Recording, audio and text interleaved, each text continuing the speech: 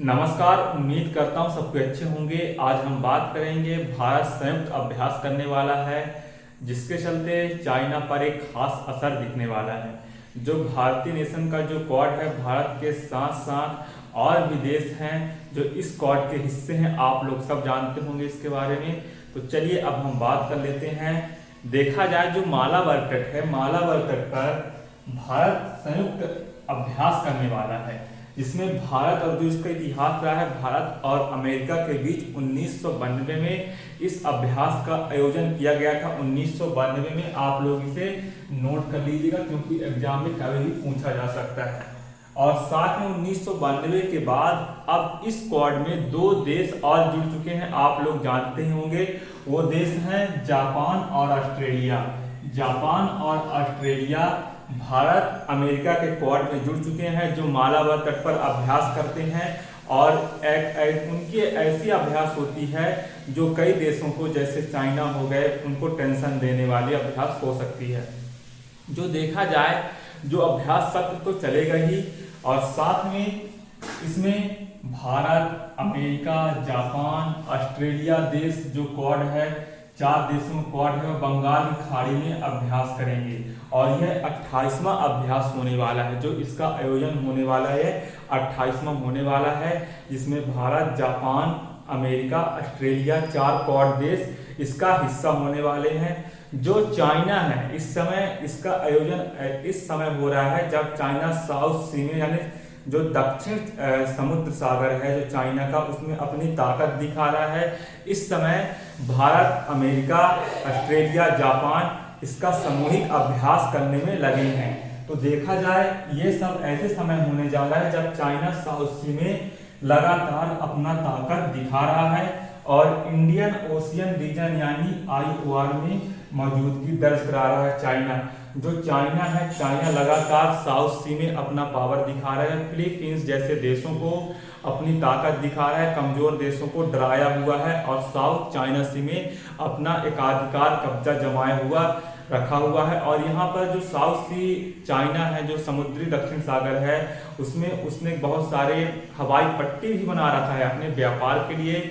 जो south China सी में देखा जाए खनिज आयात बहुत ज़्यादा, खनिज जो संसाधन बहुत ज़्यादा पाए जाते हैं, और साथ में तेल की मात्रा भी दक्षिण चीन सागर में है। इस हिसाब से हम बात करें तो चाइना साउथ सी में अपनी पकड़ मजबूत करते नजर आ रहा है, अपनी ताकत दिखाते नजर आ रहा है। अब भारत तीनों देशों के साथ मिलकर संयुक्त अभ्यास करने जा रहा है। और साथ में जो मालाबार अभ्यास में यह खतरनाक अभ्यास होने वाला है, क्योंकि इसमें एंटी वायर, इसमें खतरनाक एंटी वायर, साथ में एंटी सबमरीन वारफेयर ड्रिल्स होंगे। इसमें एंटी वायर और एंटी सबमरीन वारफेयर ड्रिल्स होंगे, जो कि एक बहुत बड़ा इतिहास बनेगा। और साथ में इसका जो आयोजन होना है यह मालाबार खाड़ी में होगा। और साथ में जो 2022 में जापान के योगोसुका में इसका आयोजन किया गया था। योगोसुका के बाद फिर बीते साल ऑस्ट्रेलिया ने सिडनी में इसका आयोजन किया गया था। इस हिसाब से हम बात करें, भारत लगातार अपनी ताकत दिखाएगा। भारत भी, क्योंकि जो चाइना है, चाइना लगातार साउथ सी जो साउथ सी चाइना है, देखा जाए जो चाइना साउथ सी है, उसमें लगातार अपनी ताकत को मजबूत कर रहा है चाइना। उस हिसाब से भारत भी अब तीन देशों के साथ मिलकर, एक जो उनकी क्वाड है वह लगातार 1992 से इसका आयोजन किया जा रहा है, और भारत लगातार उसका हिस्सा बना हुआ है। और भारत समय समय में हर साल इसका आयोजन होता है। एक संयुक्त अभ्यास होती है जो चारों देशों की सेनाएं इसमें अभ्यास करती हैं। उनकी जो बहुत बड़े सबमरीन होते हैं, पनडुब्बियां जहाज होती हैं, ये सब मिलकर इसका आयोजन करती हैं। साथ में आप लोग जानते हैं जो चाइना है, चाइना लगातार अपनी ताकत दक्षिण एशिया में चाहता है कि वही ताकतवर रहे, किसी भी और देशों को वह आगे बढ़ने नहीं देता, और वह चाहता है जो दक्षिण एशिया में अपना कब्जा बनाए रखे। आप लोग जानते होंगे जो चाइना है, चाइना अभी फिलहाल में श्रीलंका पर भी दबाव बना रहा है, श्रीलंका भी प्रेशर बना रहा है। तो श्रीलंका उसके दबाव में आकर जो समुद्री क्षेत्रों में जो रिसर्च के लिए जो शिप आते हैं, जो बैन लगाए थे श्रीलंका, उसको श्रीलंका वापस कर दिया है। अब चाइना वहां पे आएगा, रिसर्च करेगा, और चाइना रिसर्च करने को देश नहीं आता, चाइना का उद्देश्य ये है कि वह भारत पर नज़र बना के रखेगा। चाइना का मेन उद्देश्य है कि अगर चाइना श्रीलंका के तट पर आता है तो श्रीलंका अपने ड्रोन के माध्यम से वह भारत पर कड़ी नज़र रखेगा और यह हर एक देश पर उसकी निगाह रहती है चाइना की। वह सोचता है दक्षिण एशिया में वही मजबूत रहे और इसीलिए चाइना भारत को वीटो पावर देने का समर्थन नहीं करता।